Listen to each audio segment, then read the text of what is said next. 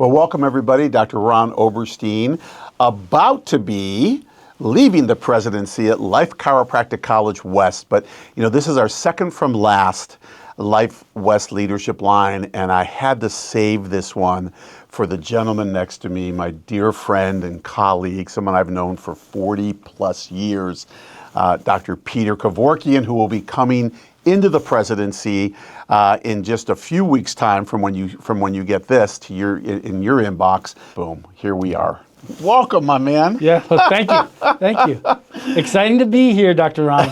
It is. It's exciting to have you. I mean, the greatest thing for me is knowing, obviously, that when you leave, just like a practice, right?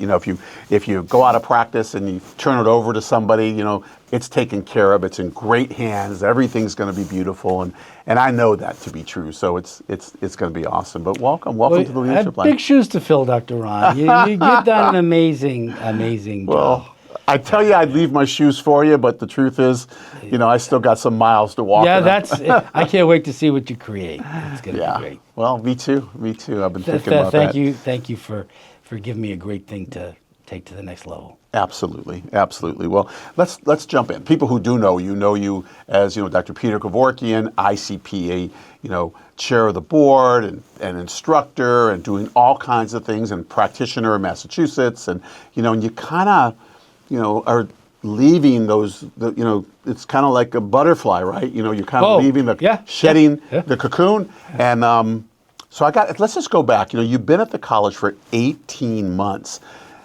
Tell me, what has been like, a realization for you, to be here? Because obviously this is different. We're in the corporate world here, multi-million dollar, business. We run differently, close to 180 to 200 employees, and and then plus students and stuff. Great question. And there are so many parts to that answer. There are many things in practice that you can extend into any other environment. Yet until you're in that environment, you don't know all the various pieces how they have to articulate. Probably the biggest growth process for me was understanding, if you will, corporate America. Mm-hmm. When I'm in my practice with my wife for 42 years, entrepreneur, mom and pop practice, you make a decision on a Monday morning. By Monday afternoon, you got it implemented. You got it going, right? It's a little different in corporate America, and the protocols and the hierarchy, and sometimes when I was first here, I said, why? And as I'm here longer and longer, you realize that so many things have been put into place to have fairness, to be appropriate, to be honoring to people's needs. And you need to have structure, you need to have organization, you need to have procedure. And it's just extended. So it was a huge awakening for me to be in corporate America. And I've been aware of and engaged in some level chiropractic politics, still there. It's only personified in this seat. The politics and human dynamics, it only personified. There are ways and things. So all of those pieces of it. The beautiful thing about being here is it is a true symbol of how the environment, the culture, the space you hold from the leadership position is so critical a piece of what comes down into the rest of that environment. It's very much above, down, inside out. 100%. Absolutely. 100%. Though the above, doesn't necessarily have to control everything down below, because you've got a lot of, organs and parts that are working beautifully. But I love what you explained. Like it's like there's like a kinetic chain that happens, right? Right. From anything you do from the first time you touch it, it's going to affect this person might do this department, and it just starts to have these branches that go off, right? And anastomosis that kind of happen, and all these things that take place. It's a living organism. So I've always felt like one of my skill sets in leadership within my communities, my organization, my practice, obviously, was I could see that when you made a decision or something up here, how it was going to affect down below. So to witness that here in this environment, the complexity is personified dramatically, but it's so interesting to come and to witness of it. But holding that space of the vision, the purpose, and allowing people to buy into that idea, and that becomes the juice that allows everybody to be present. Absolutely. So it's been a huge awakening. Huh? awakening. And, people ask me all the time. I said, "Do you like being in California?" I said, "Well, I've always loved the Bay Area. It's beautiful here." That was not the draw to be here. I said, I'm immersed in life, Chiropractic College West, and everything that happens. So I could literally be anywhere to be doing it. And they said, "Well, do you love it?" And I said, there is not a day that I'm here that I'm not ravenous. It is exciting. It's dynamic. It uses a whole different part of my brain, my nervous system, the level of creative thought and engagement, and all the dynamics of human relations. It's awesome. And I'll be honest, there are days that I'll say, why am I doing this? I have not worked this hard. I don't know if ever. You're working. Yeah, and you said that to me beforehand. It's like in practice, for the last 10, 15 years, it was, you build a successful practice, and you've got the procedures and an amazing team and patients who love you. Right. You're a superstar every day. But it's like practice was easy. People would say, "When was I going to retire?" So I've never retired. I've been retired for 10 years. I've been retired for 10 years. That was my answer. Yeah. So it is an incredible lift. And super exciting. I'm very, very excited about the impact that I know I can make at Life Chiropractic College West, with the students, with the team, with the direction of the college, into the profession. So I'm really excited about it. Yeah, and I think the most beautiful thing too is just, Life West, as we always talk about, is just brick and mortar. It's like, it's really about humanity. It's really about changing the world, just like we do in our office, right? It's the same thing. So the impact that really, the ripple effect is just like, but just times what we did in our office by 10,000, a million, whatever it might be, because you're training these students to go out and do the same. It's pretty powerful. Yeah, interesting thing. There are times that during the day I'm in my office and doing stuff, and you just get overwhelmed. Whether it's a speed bump here or a challenge there, or something that I got to complete, or a schedule, or whatever. And sometimes I just have to get up and I just have to walk into Sid Square. Yeah. And just be around students, just to walk through and just see some faces, and just see how they're focused on their exam or a board or something that just happened. It's like, this is why I'm here. That's right. That's the anchor, right? That is, student energy is unbelievable. Yeah. And I'll say in my years in practice, the student preceptors that we would have, or interns that would come to our office, always fed a certain vitality and juice that, particularly as you get more seasoned in practice, like, oh. But I get to be immersed in that every day. It's awesome. Yeah. So 18 months, pretty much. You've been close to 18 months. Came in January of 2024. Mm-hmm. January, like January 1st. January 2nd, exactly. What surprised you the most? Like, what was one of the ahas when you came here and you went, wow? Not that I never knew this, but possibly, wow. This is amazing because, or whatever it might be. What was one of the bigger ahas? Oh, there were a few. I'm sure there's a bunch. There were a few of them. First, I'm going to start on the student side. The students here are amazing. I mean, I have, because of my involvement with ICPA, and we were on many college campuses, I got to see students from all over. And Life West students were always great, but the level of passion, excitement, as I would meet students, see what they were doing, see what's going on at the health center, the competency, the just the drive. We got nothing to worry about relative to our students becoming the next generation and leaders in our profession. Yeah. And it is a very special and amazing place. So that was the biggest aha, reinforcement, and so yeah, you made the right choice to be here. So that the other aha is the structure, organization, and commitment of your cabinet. That was huge. I mean, the people who sit on the cabinet, the vice presidents, the associate vice president, yourself, inspirational. Just at cabinet meetings to be there, and it's like, oh my God, I get to sit around these people. As every one of them offered a gift, a perspective, I would learn an incredible amount each time. And I felt as though my perspectives, my input was valued as well. And, so I could be at the table with some very, very high level thinkers. I would, every cabinet meeting, leave stimulated, my creative juices stimulated, a list of like 15 things that I wanted to get done. So that was a huge aha. Yeah. What's the laugh? What's the laugh Okay. there? So the other aha, I remember when I was interviewing for a position. I think it was for another, not in my office, but I was one of the people interviewing. You were on the interview panel. Interview pack. Yeah. And I'm there and asking questions, and I'm sitting next to the director of HR. Yeah. And I asked a question. She hit me. She said, "You can't ask that." I said, "Oops."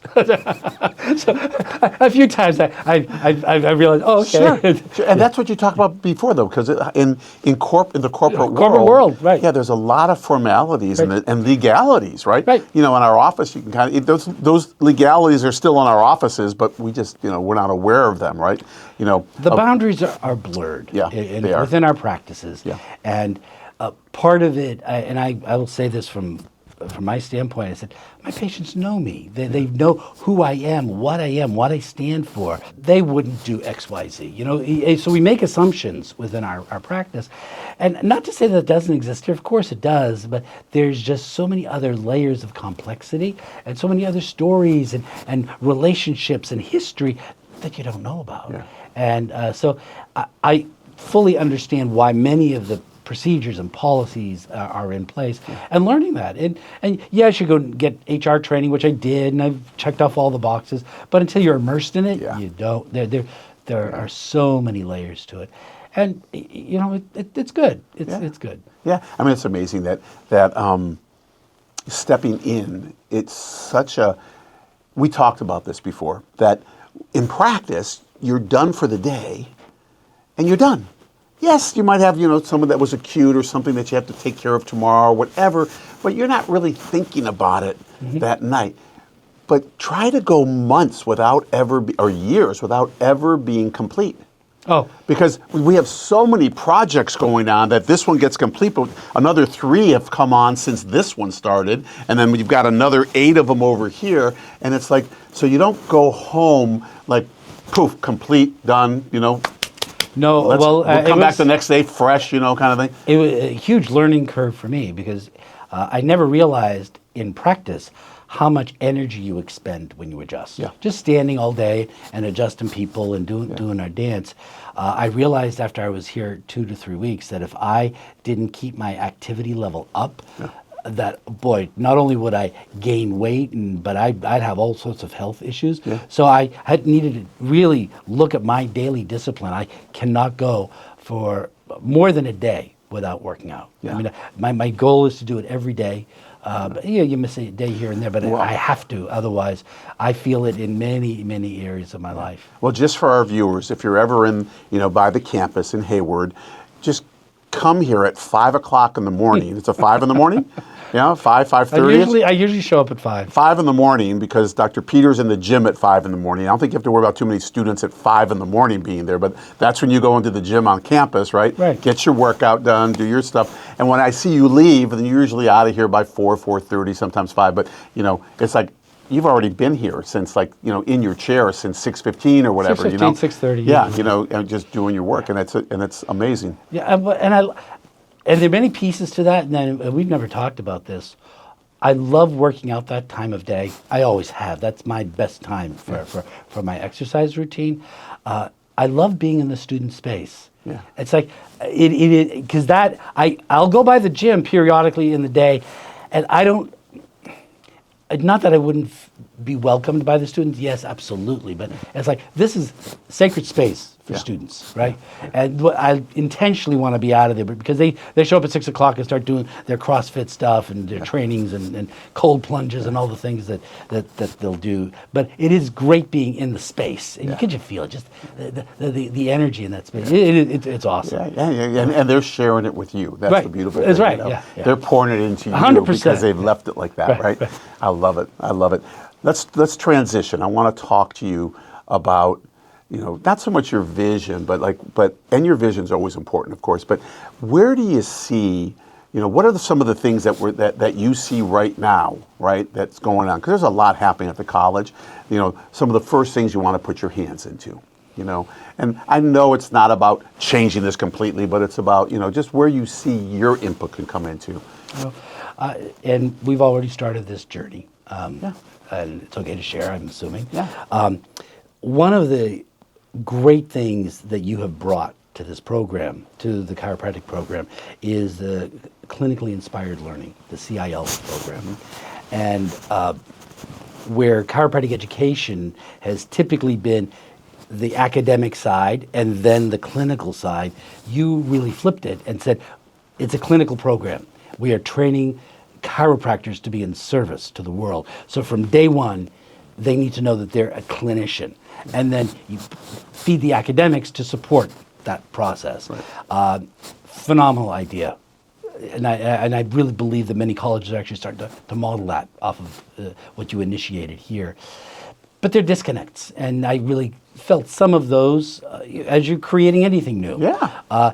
So one of my high values is to marry the academic and the clinical program. I think things are taught academically that don't necessarily translate into the clinical side, and clinical needs that are being addressed here that aren't really addressed earlier on in the program. So to marry that and some exciting changes that I know we're gonna see to ensure that happens. But that's a huge and it's important. I mean, because we've talked about this a lot. And the beautiful thing is like, we were in here and creating this from scratch. From an idea to going on paper and pencil, and then putting into a computer, and then actually bringing it out, trial and error to make it happen. And pause. I don't know if people know this. The wheels of academia move very slowly. And there's a good and a bad to that, right? Yeah. But unlike practice, where you could make a decision in the morning and implement it, there's a process, right. And it's not just buy-in; it's just process. And how classes are taught to ensure the learning outcomes still happen there, that competencies are maintained. When you put it in, because if you put it in 6 quarters, and there's 14 quarters, right? What's going to happen from 7, 8, 9? Exactly right. So when it goes in, when the program is fully implemented, I know it's a you don't know what you don't know process. until you're in it, right? Absolutely. So that's absolutely. Yeah. But with all of that, the cool thing for me, and I trust you 1,000%. I know everything you do comes with intention, it comes with purpose, and it comes with passion, right? And the cool thing for me is that to have your eyes, I'm talking about Peter's eyes, right? To look at this. First of all, you just bought into it, but then to look at it and say, good, what is it? We've got blind spots. We've been so inside the motor for so long that you're able to come in and just say, oh, good, well, what's that? What's this? What's this? What's this? What's this? And say, hey, you know what? That timing belt just isn't working. The 3 motors aren't necessarily humming. And it's like, oh, we didn't know that, kind of thing. And that's what I'm thrilled about. I'm thrilled to come back. I'll be back, but I'm thrilled in 3 years to sit with you and say, tell me, where has the baby? What has it grown into now? What's the kid doing, so to speak, right? What does teenagehood look like? Exactly. But you are so right. And just for our audience, there's corporate world, right? And then there's the academic corporate world, and they're different, but there's a lot of similarities. But things in your practice, you could do things like a speedboat, like you said. Something you picked up at a conference this weekend, go in on Monday morning, have a team meeting at lunch, and say, hey, let's get this implemented. Maybe it'll be tonight, maybe it'll be tomorrow, maybe it'll be next Monday, whatever it is that has to be done, the preparation for it to be done. That's a speedboat. In the academic corporate world, it is a freighter. In dock, trying to get out, it just turns really slowly. Yeah, I don't think it feels the current. It's so big, but it just turns very slowly. And when I first got here, I was like, oh my gosh, I can't wait. And I said to myself, and I really mean this, an audience, I said to myself, I'm not going to do that. I'm going to be demanding that let's get this moving. If you tell me 9 months it's going to take, I want to do it in 6, right? And I do that, right? But that's how we got stuff done, right? And our team now knows how to make that happen. And there might be more error, easily. because we're moving at a quicker correct pace. it.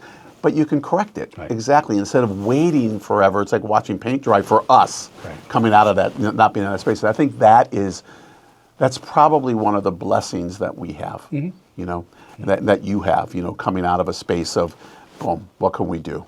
You know, I don't know if you know this. When we first put it in, I called an academic group in and said, here's what I'm looking to do. I want to invert what we're doing, have it be clinically driven, the clinical stream supported by the academics instead of the opposite, like you mentioned, and the clinic at the end. So want it right from the beginning. I said, can we do it? They said, no.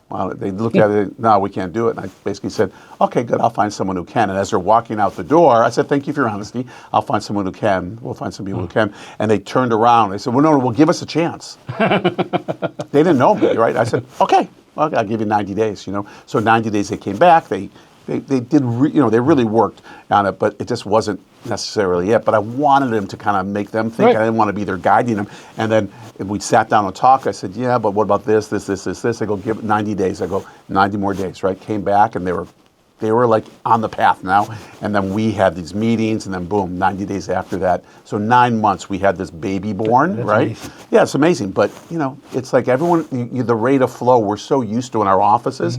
You know, in your office, the rate of flow is fast, you know, and you know that when you're moving, things are happening and that's what we're raised with. We're not raised with, you know, we'll see if it happens. And then 9 months later, it didn't happen. Okay, well, now I guess we'll try this.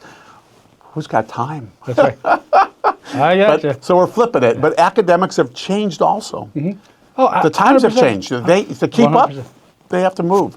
So that leads me to my next question. Like, you know, you've been around for 18 months, and that is a long time in academia to start. And you've been at a high level. It wasn't like you were just in a classroom and didn't really know all the inner workings and all that other stuff. You know, tell me about what you see in academia. Great question. Yeah. So I've been connected to academia peripherally, Yeah. teaching for the ICPA, being on the board of a chiropractic college for 8 years, and interfacing with presidents and teachers, but never being in it. There are a number of needs that I think exist today that definitely did not exist when you and I went to school. 100% didn't exist. Students are different. The culture is different. You know, the people who are in their 20s and 30s today have different needs. And best metaphor, chiropractic is the same. Yeah. You know, chiropractic hasn't changed. It's just like we listen to music today. I remember when I went out to chiropractic school, I had, I've been driving my 1974 Gremlin. and I had this box that was like this big, and I put something that was like this size. They called them cassettes back then. Sure. And you put it inside of this machine. You pushed a button.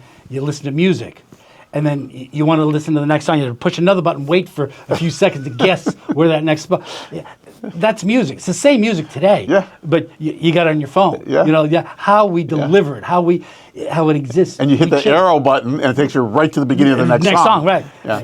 So music is music, but how we package it, deliver it, listen to it changes. Chiropractic is the same way. You know, the values of chiropractic are the same. I saw this in practice. Even after 40 years in practice, the story is the same, but how I had to deliver it had to evolve because the cultural needs are different. Academia is the same.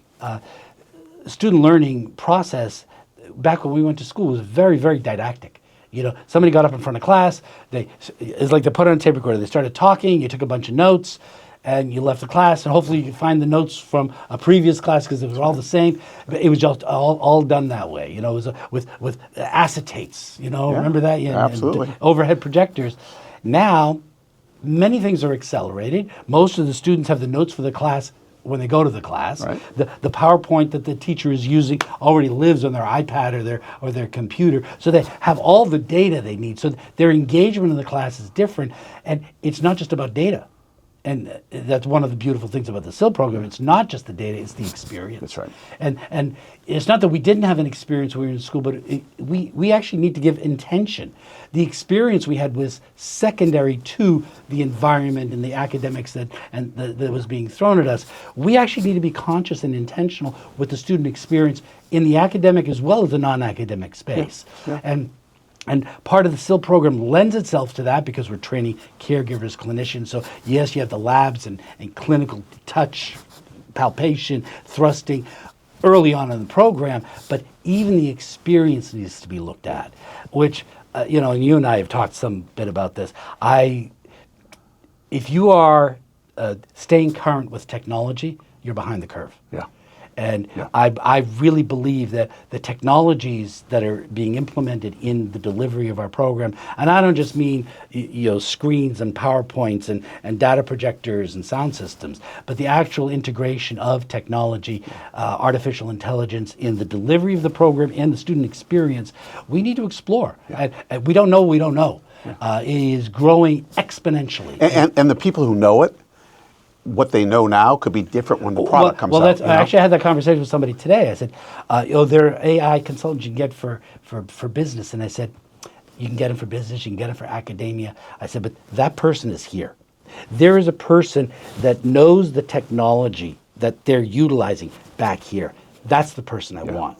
It's this person that can future sense where the needs are going to go to. This person is taking today's technology and saying how we can implement the technology. If this is where we start, that we're going to be behind the curve because exactly it grows real quick. We need faster than we can learn. We need this person to be able to say, okay, this is where it's going to go. This is what you got to be prepared for. Okay, so we need the person who's just on the other side of the programming. Right, just on the other side of it. So here's what blew me away. So together, we were over in Vegas, right? And we saw Gary Vaynerchuk, right? Gary V. Oh. What blew me away, it's still in my mind. I mean, it's still so fresh. Because, we're getting into AI here and we're doing different stuff. And, we talked about the whole cabinet being trained and how exponentially things are just going to just pop up and move at a much quicker pace. But when Gary V said that he saw the next generation of AI, right? And what's going to happen is you as a patient, you want to see a chiropractor, you're going to say, just walk in and speak to Alexa, speak to Siri, speak to whoever else and just say, hey, Alexa, I need a chiropractor somewhere within a 5-mile distance here who specializes in this or does whatever, right? And then Alexa's going to spit back to you, go see Dr. Peter Kevorkian in Westwood, Massachusetts at Westwood Family Chiropractic.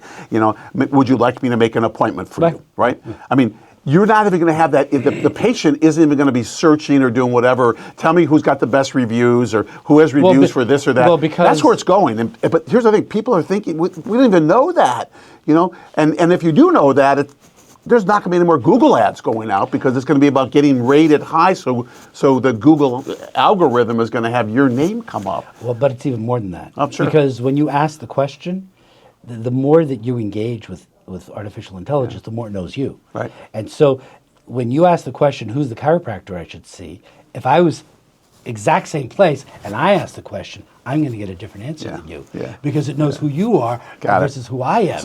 And so, I mean, that level of integration. It's great. So, sidebar. It's great and it's scary. It's very scary. Because we don't know. Very scary. Sidebar. Today, I was on ChatGPT doing some stuff, getting some, working out some things for graduation. And it all of a sudden it just popped up and said, this is what I know about you. It just came out of nowhere. So this is what I know about you, and it kind of defined who I was. You're a leader, you're this, you're that, but yet you have compassion and principle. It's just taking everything I've ever fed in. And then it said, may I ask you some more questions about yourself? And I said, and I wrote, yes. It wanted to learn. I said, yes. And so it basically asked me some questions, and I answered those questions. And then at the end, it did about 4 or 5 of those. And at the end, it said, is there anything I didn't ask that you feel would be helpful? Just like you're doing in an interview, right? And I said, yes. I said, you didn't talk about my family, about my personal life as far as being a father and the importance of what I have, And then it spit this thing out to me, which was just so beautiful.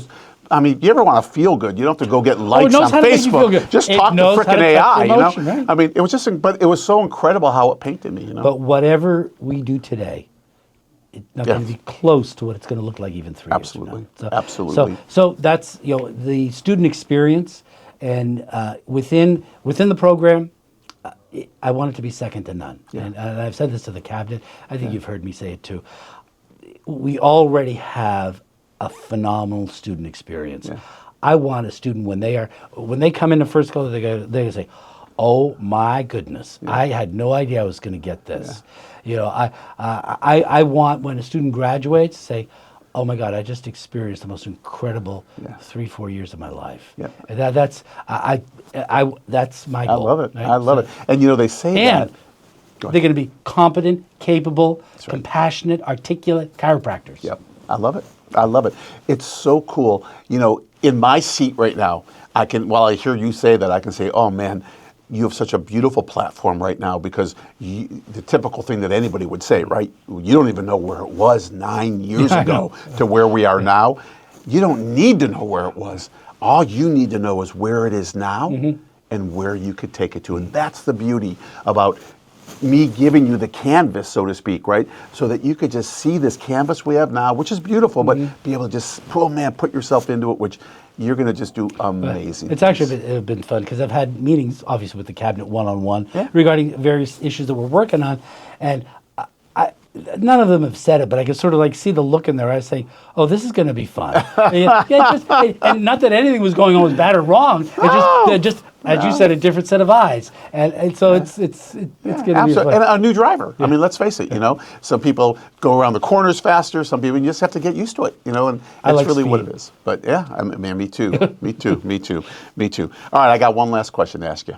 Right, and then we'll kind of wrap up. And this question is probably, it has to do with, and then I have a few other short questions, but this will kind of deal with, you know, you as a person and you as a president. So we're going to move you up right now about 3 weeks, right, to when, you know, I give you the key to the office, so to speak, right, proverbially. And, you know, you as a person keeping your balance of who you are right now and what you do, and then stepping into, as you watch me the last 18 months, because you would continually say to me, how do you do what you do, right? But you kind of get an idea now, you know. How are you going to keep that balance? And I'm asking you this more for you, so that maybe at some point you can look back at this, you know, if you need to, which I hope you don't, but you know, if you're ever feeling out of balance. But how will you keep that balance? First of all, I don't know if balance can ever be achieved. I've often said this. Or to the best that, you know. So first, let me define balance, okay, or what I think you're meaning. If I'm just standing up, not going anywhere, I'm balanced, right? But in order for me to go anywhere, as I take a step, I'm moving out of balance. You're moving in and out of this thing called balance. I used to, in practice, say, I want you to have a balanced spine.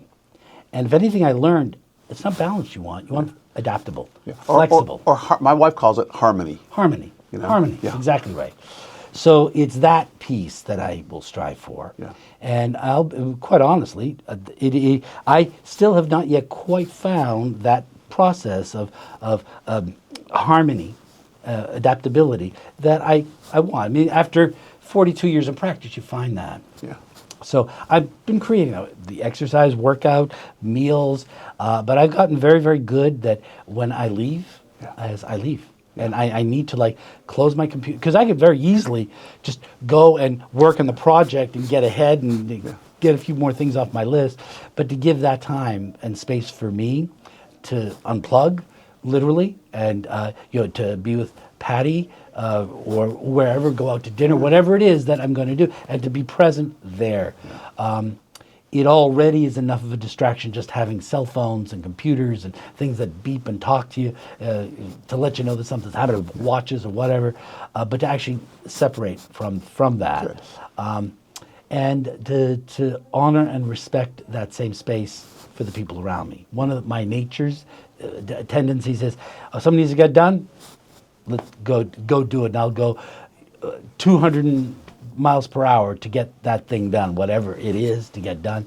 And not everybody is going to move that way, to honor and respect that space of people around me, because I don't want people to burn out, because you can't do it. Well, that was the other huge learning thing, is I can't do it all. You know, you need the team to make it happen. So how will I keep that is that when I was in Massachusetts, I had all of my support structure. I had an acupuncturist I saw regularly, a craniosacral therapist, dentist, etc. All the self-care stuff that I would do on a regular basis. And just started to create that here, and I started seeing an acupuncturist. And the acupuncturist says, so how do you like your position at the school from being in practice? And I said, I have to tell you, I have developed a great sense of humor. I had a good one before. And she said, what do you mean? I said, if I took everything that came before me seriously, I said, my blood pressure would probably be up 100 points, and I'd be stressed the entire time. I'd never smile. I said, so I just look at things. It's entertainment. Yeah. You have to. So I have a very good sense of humor. Serious entertainment. Yeah, serious. Yeah, but it's entertainment. But Well, it's gone. It's kind of like music, right? You put on a concert, right? You're serious about it, but you have to love it and be there. And the concert's over. Right. We have another. There's always do-overs, right? Right. And that's the beautiful thing. There was something that I learned. Oh God, maybe 40 years ago, I heard somebody say it, and like it stuck with me. There is a difference between being responsible for something versus being responsible to something. Yeah. And I've learned to not be responsible for everything. Yeah. I'll be responsible to the college, to my family, to my spouse, to my friends. Yeah. Absolutely. Yeah, so 100%. You have me, but I'm not. I can't take. I'm going to give it my best shot, but I can't be responsible for it. Absolutely. All right, I got a few quick questions. These are like 15 to 30-second answers, but I want whatever comes right off your mind. Just straight from within you, right? All right. 18 months ago, you got here. You're sitting here right now. What would you have told Dr. Peter Kevorkian as he left practice to come into the academic world? What advice, knowing what you know now, would you have given him 18 months ago? You expect me to answer that? Yes, I do. Innately, what's the first thing that pops up? Don't take yourself seriously. That's I love it. Yeah, that's it. I love it. Yeah. I love it. All right, and now you're stepping into, the presidency, right, which I'm thrilled about, and you're going to do absolutely phenomenal. But what would you tell yourself with knowing what you know right now, not 18 months ago, but right now in the academic world? What one advice would you give yourself? You haven't been in the seat yet, but what you know enough, what advice are you going to give yourself? It's all going to be okay. Good. I love it. It's all going to be fine. I love it. Last one I got for you. Our ethos, right? Lasting purpose, giving, doing, loving, and serving. This could change at any time, but out of those 4 words, give, do, love, serve, right now, at this particular moment, which one resonates within you and why? Love. Love? Why? That's really the source of life, right? Yeah. It's source. So if you stay connected to source, everything else makes sense, right? Yeah. It was that got me here. Hey, us 2 old geezers here crying on the video.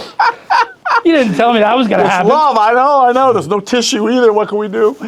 Hey, brother, I love you. I am so excited for you. I mean, I am so excited. I'm more excited for you than I was for myself. And I really mean that, because I only hope and I only pray that what I've done, is a springboard for you to be able to go and do the magic and greatness that you're going to bring, and the Peter Kevorkian vision that you're going to bring. I only hope it can benefit you on that level, so that you can then be the best, because that's really what it's about, right? It's always about excelling and bringing people up leveling.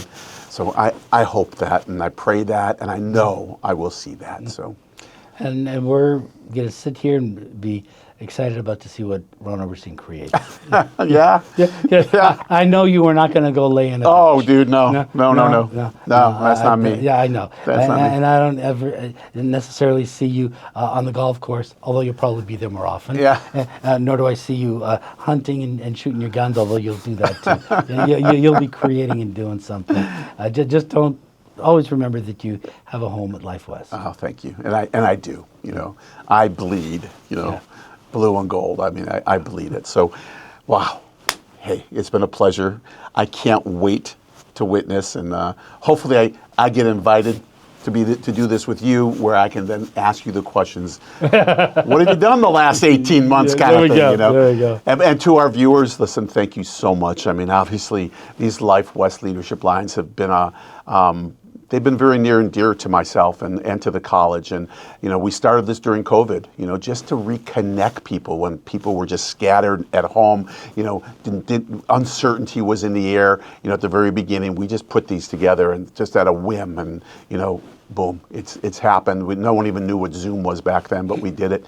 And, thanks, man. You've been tuning in. We got one more very, very special edition coming up either next week or the week after, the last one that we're going to be doing to close out the series, which you don't want to miss. It's already been taped, and you're going to love it. I won't say much about it, but just know that, just look for it. But thank you. Thank you for serving people. Thank you for doing what you do to create a brighter future for humanity, and that what you do allows others to become more connected to the universal intelligence, their innate intelligence, and just making this world a better place. So appreciate you, love you. For Dr. Peter and myself and the community at Life West, you got to get to campus, get to the wave, start seeing what we're doing, both campuses, Right. Nebraska and California, and just know that you are always a part of Life West. See you next time.